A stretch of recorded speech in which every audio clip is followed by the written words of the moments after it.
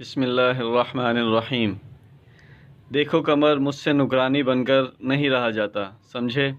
میں نے نہ تو تمہاری ماں کا ٹھیکہ لیا ہوا ہے اور نہ ہی تمہارے بھائی کے بچوں کا۔ نہ تو میں اتنا کھانا بنا سکتی ہوں اور نہ ہی برتن دھو سکتی ہوں۔ سجل غصے سے چلا رہی تھی۔ قمر پاس بیٹھا ہاتھ تھامے بولا، مجھے پتہ ہے تم تھک جاتی ہو۔ اچھا چلو میں کروں گا بات امی سے، تم نہ کیا کرو کام۔ سجل خاموش ہو گئی۔ رات کو قمر امی کے پاس بیٹھا ہوا تھا۔ امی جان، آپ سے ایک بات کرنی ہے۔ ماں نے ہاں میں کہا، بولو میرے بچے۔ امی، دراصل بات یہ ہے کہ سجل آج مجھے کہہ رہی تھی وہ تھک جاتی ہے، اس سے اتنے گھر کے کام نہیں ہوتے، تو امی آپ سجل سے نہ کہا کریں کہ وہ گھر کے کام کرے۔ ماں مسکرانے لگی، تو یہ بات ہے، اسی لیے آج سارا دن وہ سوئی رہی۔ چلو ٹھیک ہے پتر، نہیں کہتی، لیکن پھر گزارا کیسے ہوگا؟ کل کو تمہارے بھی بچے ہوں گے، کئی ذمہ داریاں ہوں گی۔ تھکن بھری زندگی کا سفر تو ابھی باقی ہے۔ بیٹا، رشتوں سے انسان کبھی نہیں تھکتا، ہمارے ذہنوں میں پھیلے فطور ہم کو تھکا دیتے ہیں۔ بیٹا، میں کسی کو پابند نہیں کرتی، وہ بس گھر سنبھالے۔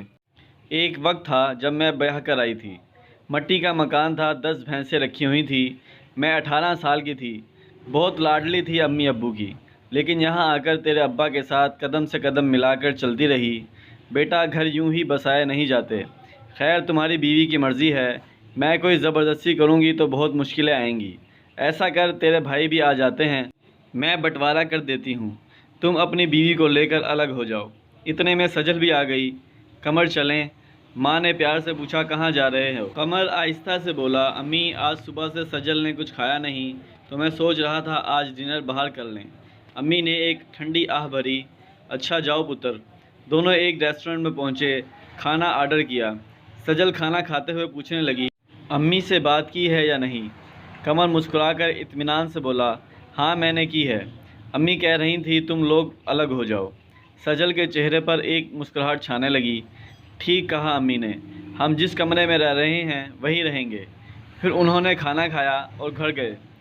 12 بج چکے تھے، سب سو گئے تھے، ماں جاگ رہی تھی۔ اپنے کمرے میں جانے لگے تو قمر کو ماں نے آواز دی۔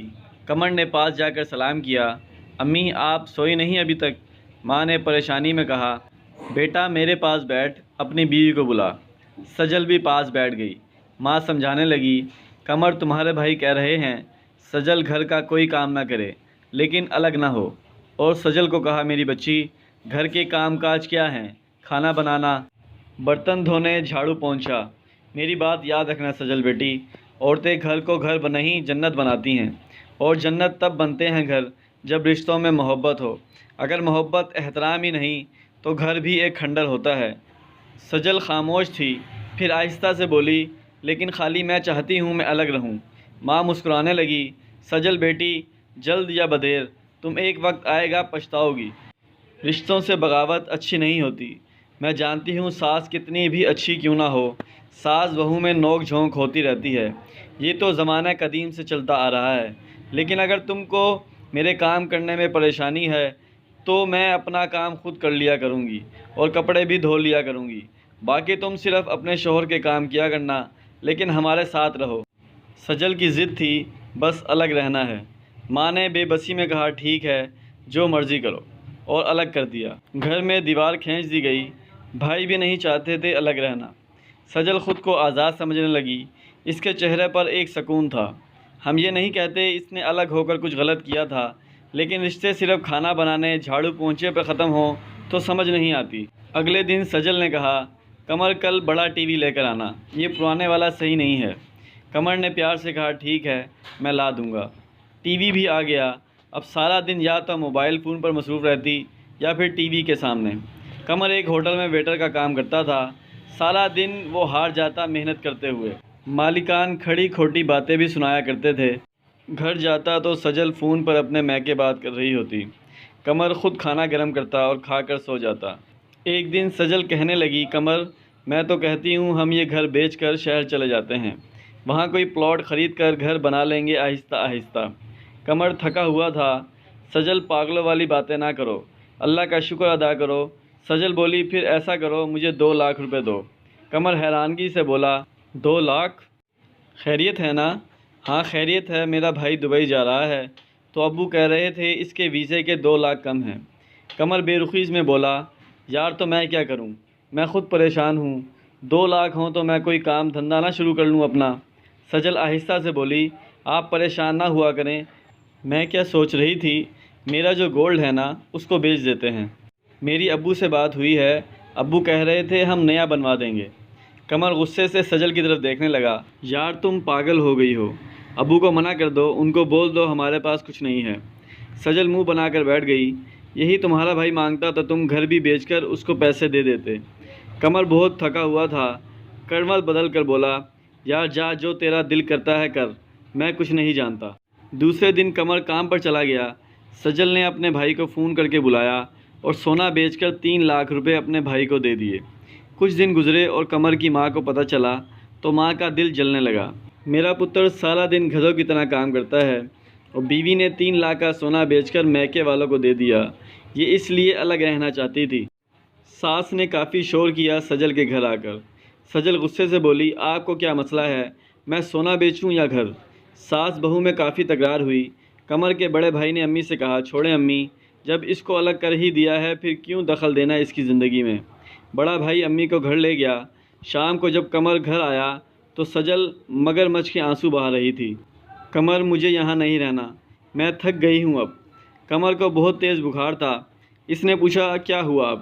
تمہاری امی نے مجھے بہت گالیاں دی ہیں، مجھے برا بھلا کہا، تمہاری امی ہماری جاسوسی کرتی ہیں، ان کو کیسے پتہ چلا میں نے سونا بیچا ہے؟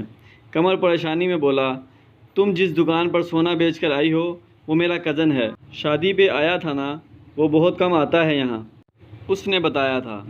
سجل روتے ہوئے بولی، قمر جو بھی ہے، تمہاری ماں نے مجھے گالیاں کیوں دیں؟ میں کل امی کے گھر جا رہی ہوں، میں تنگ آ گئی ہوں۔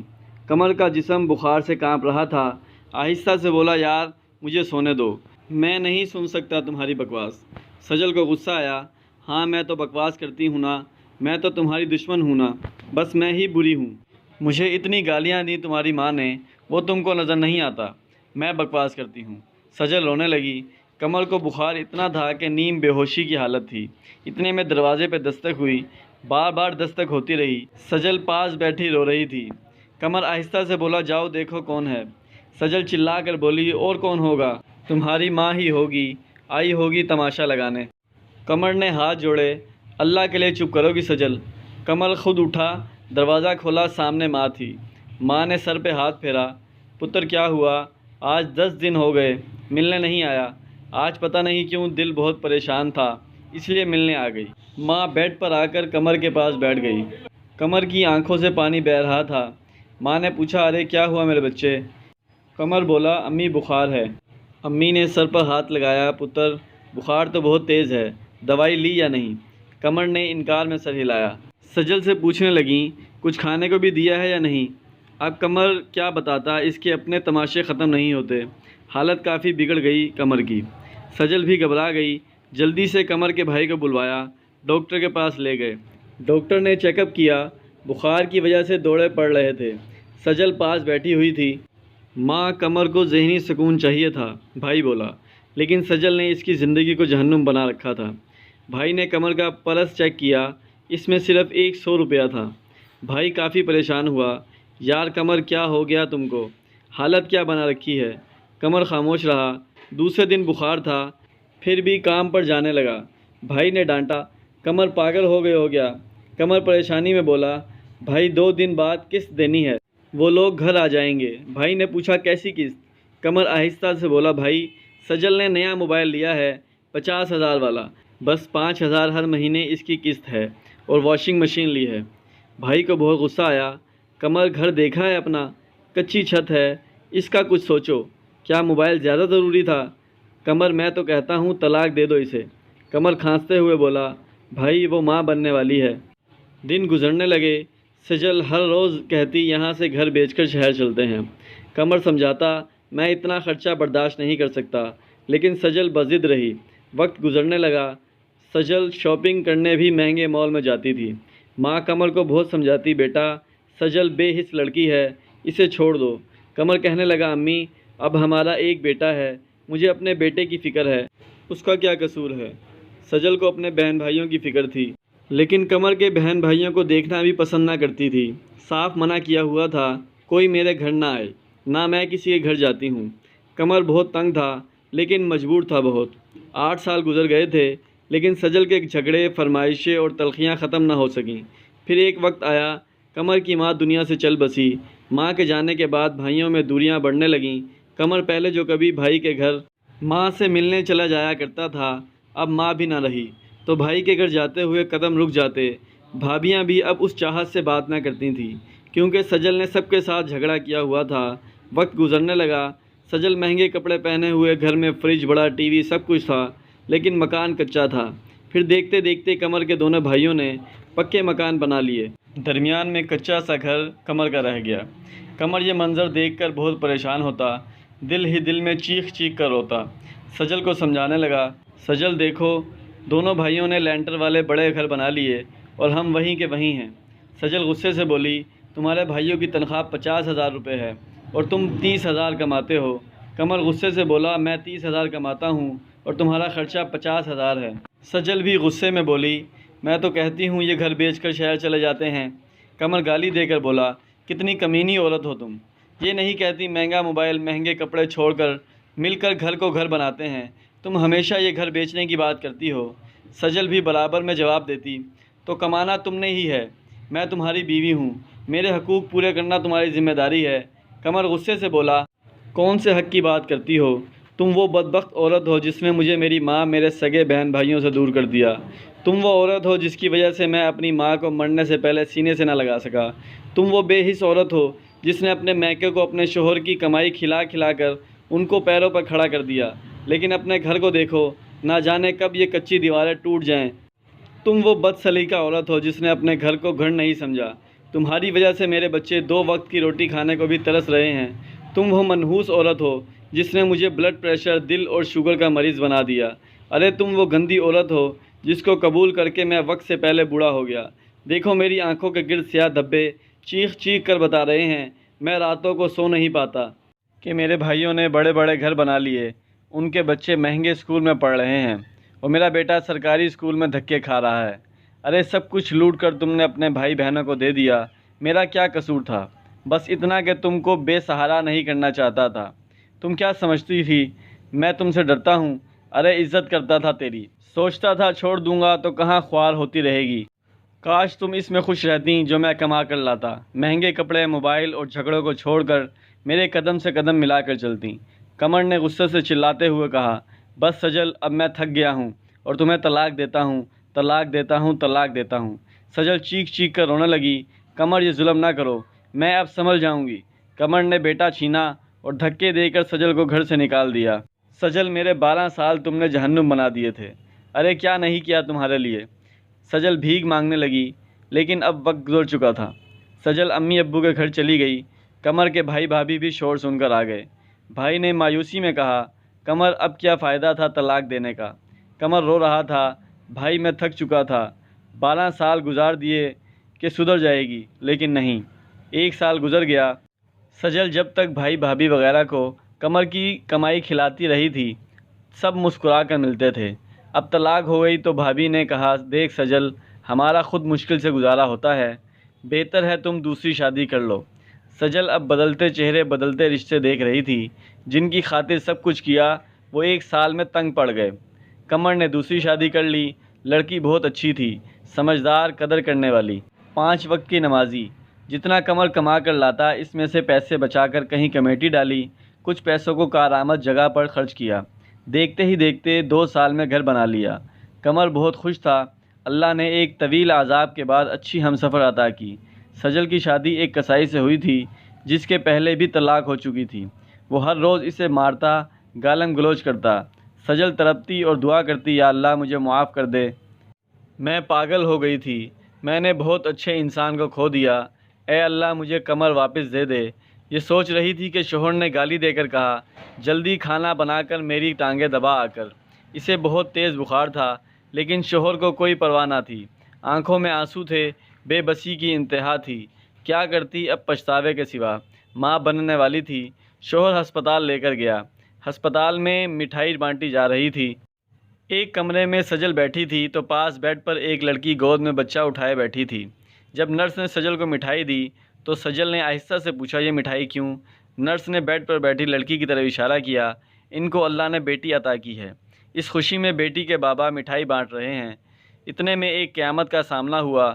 وہ لڑکی قمر کی بیوی تھی۔ قمر کمرے میں داخل ہوا، اس لڑکی کا ہاتھ تھاما اور کہا، چلو گھر چلیں، گاڑی آ گئی ہے۔ بیٹی کو گود میں اٹھایا، سہارا دے کر بیوی کو لے جا رہا تھا کہ سجل پر نظر پڑی۔ پرانے سے کپڑے، چہرے پہ زخم کا نشان، پاؤں میں پرانا سا جوتا، چہرے پہ ایک تھکن، بے بسی۔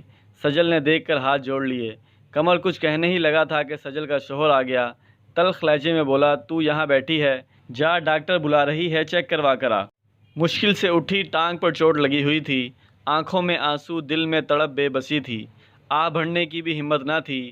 عمر بھر جن کو آنسو مناتے رہے، ان کی نظروں میں اب اشکوں کی بھی قیمت نہ تھی۔ قمر اپنی بیوی کا ہاتھ تھامے چلا گیا۔ ضروری نہیں مرد ظالم ہو، عورت بھی بدبخت ہو سکتی ہے، سجل کی طرح تماشے کرنے والی، جھگڑے اور رشتے میں زہر بھرنے والی، میکے کی فکر اور سسرال کو قید خانہ سمجھنے والی، گھر کو جہنم بنانے والی، تو پھر انجام سجل سا ہوتا ہے۔ اگر کوئی عورت اس جیسی ہے تو انجام سے پہلے سدھر جائے، ورنہ زندگی جب تھپڑ مارے گی تو پھر پچھتاوے کا موقع بھی نہ ملے گا۔ شوہر کی کمائی پر راضی رہ کر گھر کو جنت بنا لیں، چھوڑ دیں رشتوں میں زہر بھرنا۔